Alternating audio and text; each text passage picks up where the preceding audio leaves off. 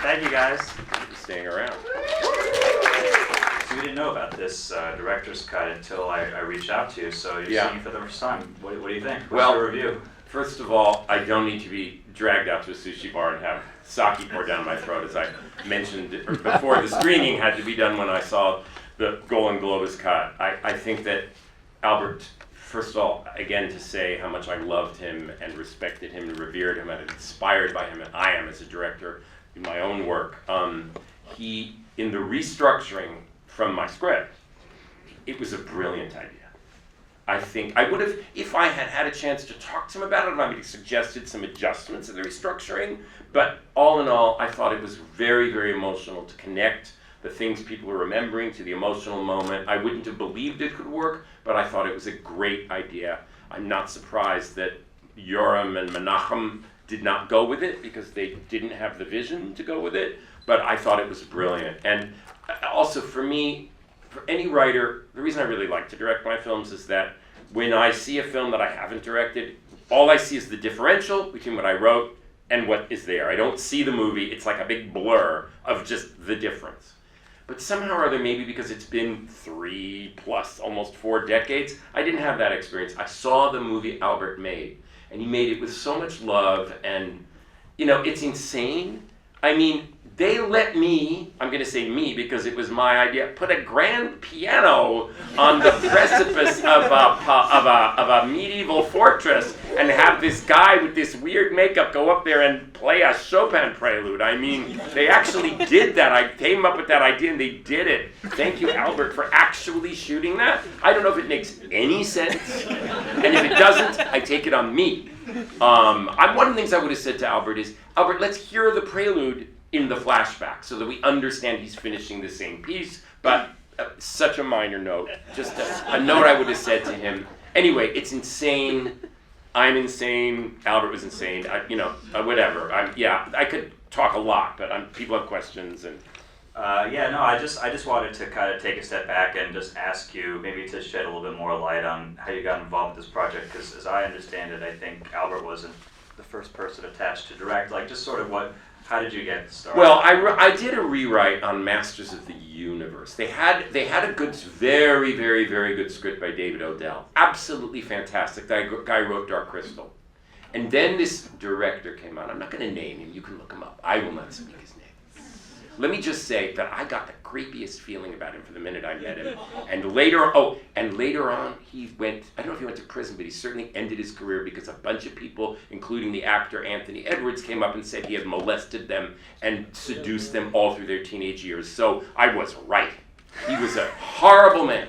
A horrible man and a horrible director and a horrible writer. And he wrote a script, and Cannon brought me in and said, we cannot shoot this script. We want you to rewrite it. And I said, just shoot David Odell's script. So I did my best, and I worked with David to restore what was great and to work with production. And David and I collaborated, and then every single day, Gary sent to the set his pages. He just sent the pages he'd written, completely ignoring what the studio had done, and shot. I mean, that is a bad movie. That is the worst movie ever made. I have to say I'm grateful that David Odell got sole credit. I didn't get any credit at all, but David could take it. He was great. Anyway, then they said, oh, well, he could have saved Master Universe. We'll have him save Captain America, and they brought me in. That's how I got the job, because it was like, let's make it work this time. And I had Stan Lee's support, so there was nobody was gonna, and there was John Stockwell was gonna direct it at one point. He was a friend of mine. That would have been a completely different movie. I don't know how the change got made. I never heard. Suddenly there was Albert, and he and I got along, and it was great. And then they were, as I said, we have to make this in Italy, but then they shot it in Yugoslavia. So the entire thing was written to take place in Italy, which has nothing to do with the origin story from the comic books, but that's what you get. It looked more Italian than Italy, that Yugoslavia town. Can you talk more about your collaboration with Albert, or are there any specific memories you have of working with him? I have to say, Albert just shot what I wrote. We did not have a long development process. First of all, he went off to Yugoslavia, and I didn't. They weren't going to pay for that. I was only on set one day when they were shooting in California. I was the cameraman who took the picture of Bernie me and Cap at the party. I had my little cameo.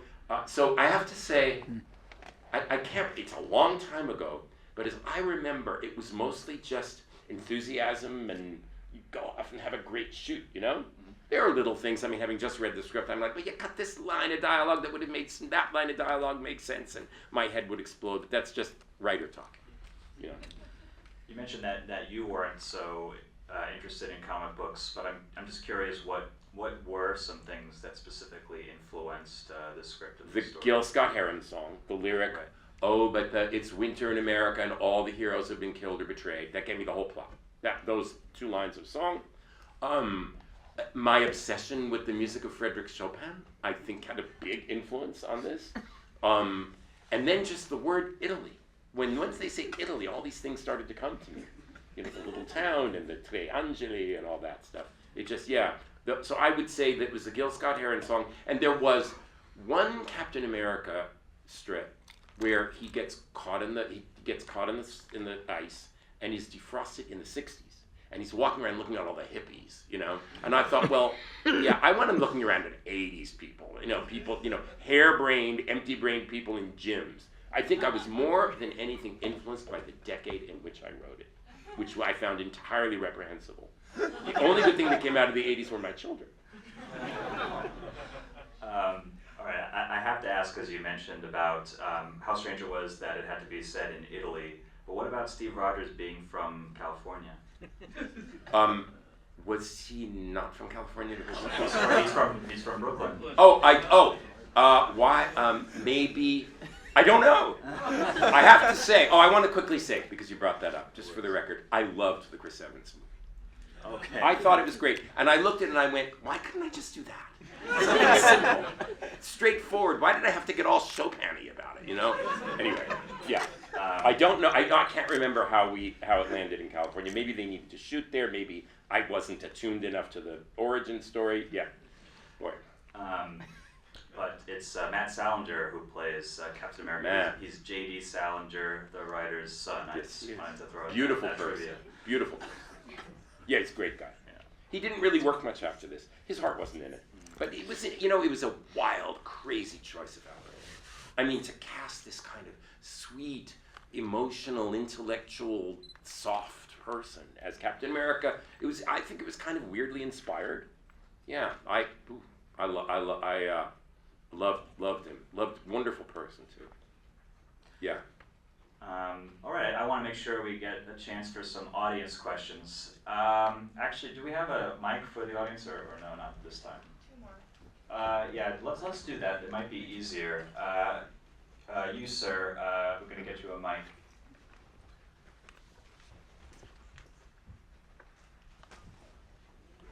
Thank you so much for your patience.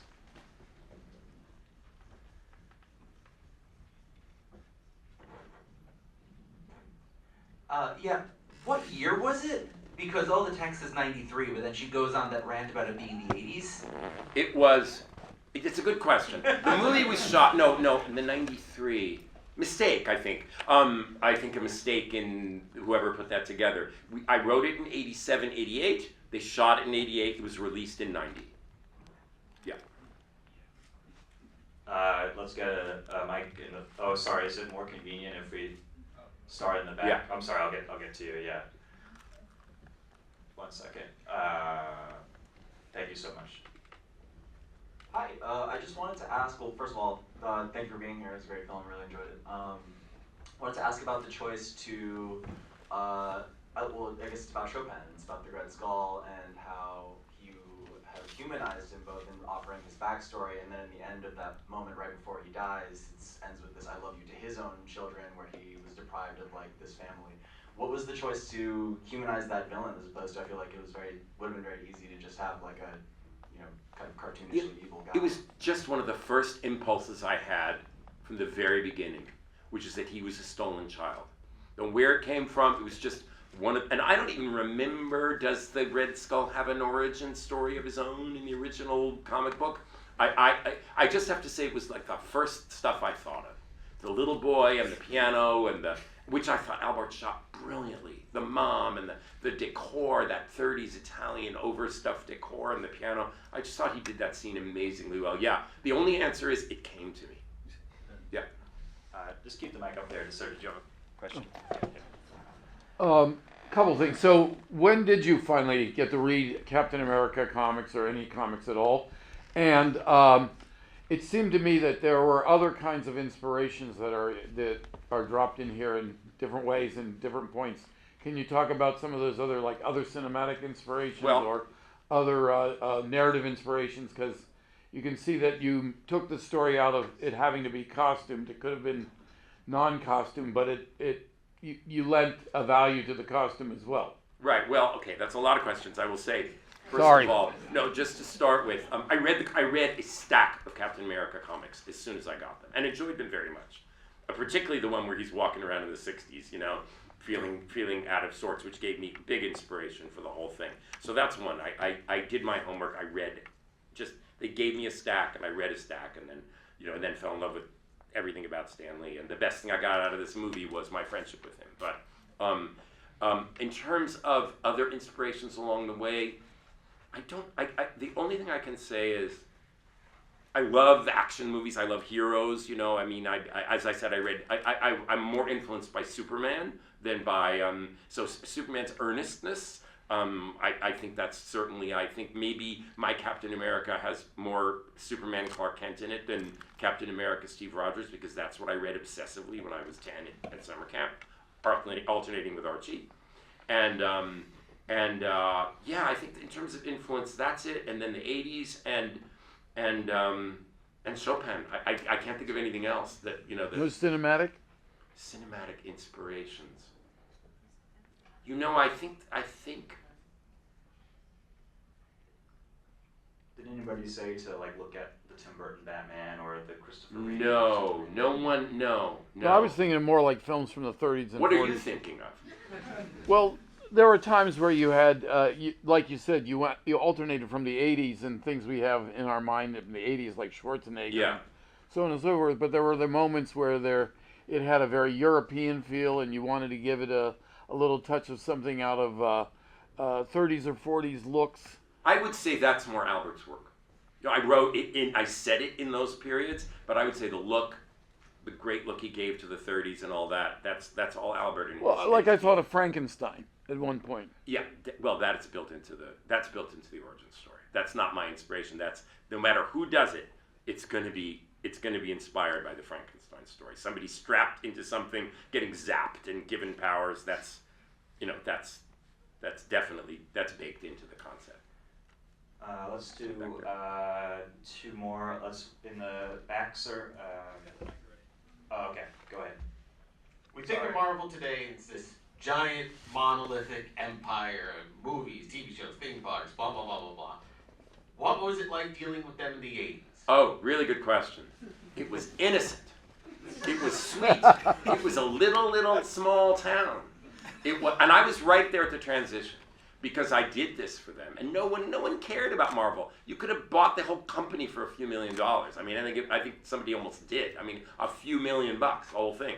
And there was just Stan, this gorgeous human being, this inspiring, menschy, incredibly funny guy. My first movie I directed a couple of years later, and I wanted to have some Spider-Man comic books on a character's room, and I did it for HBO. And they said to me, no way, it's going to be $200,000, don't even think about it, get it out of your head. And so I called Stan, and then HBO calls and says, I don't know what you did, but you can use all you want of anything from Marvel, anything all the way through the movie, It was incredible. It was so personal. Marvel was him and a couple of people, and after this they wanted me to do a Spider-Man, and the script that they had was just completely, there was nothing to do with it. It was so bad, and I went off and did other projects.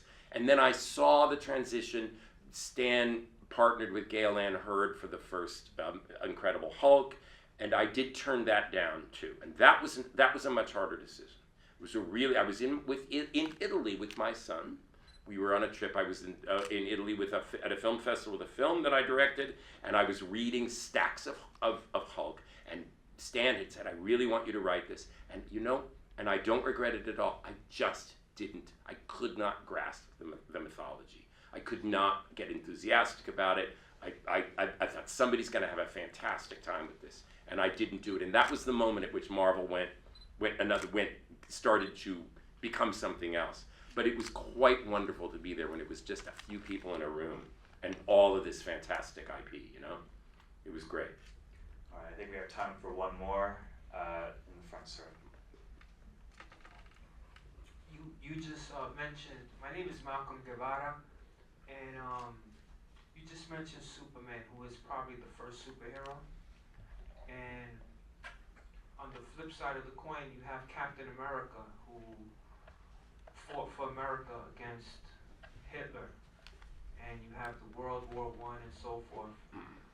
What was the political landscape during this time in the 90s? And did it influence your writing, and what was the outcome? Profoundly influenced my writing, and I'm really glad you asked that question. I could not believe, looking at the movie just now, that they let me have a character say, everybody who died in Korea and Vietnam died for nothing. I couldn't believe. They let me say it. They let me say that it doesn't matter whether we have to raise taxes and go broke and have unemployment as long as we get a clean planet, that we need to take that medicine. I'm like, and that was, I wrote that in 1987 and they let me say it. I mean, somehow or other, the political landscape was, people were thinking those things, right? And I said them out loud and got to, and thank you, Albert, for caring to put them in, and thank you for Menachem and Yoram for not noticing. Yeah, thank you for asking it. The political landscape was moribund in some ways. The 80s were, people had completely forgotten everything from the 60s and early 70s, but it was still in my head. I was really glad, and Ronnie Cox came to my office, the guy who played the president, and we worked on those speeches, and he wanted them more, and harder, and more angry, and more uncompromising. And I was like, yes, yes, yes, because he felt the same way I did.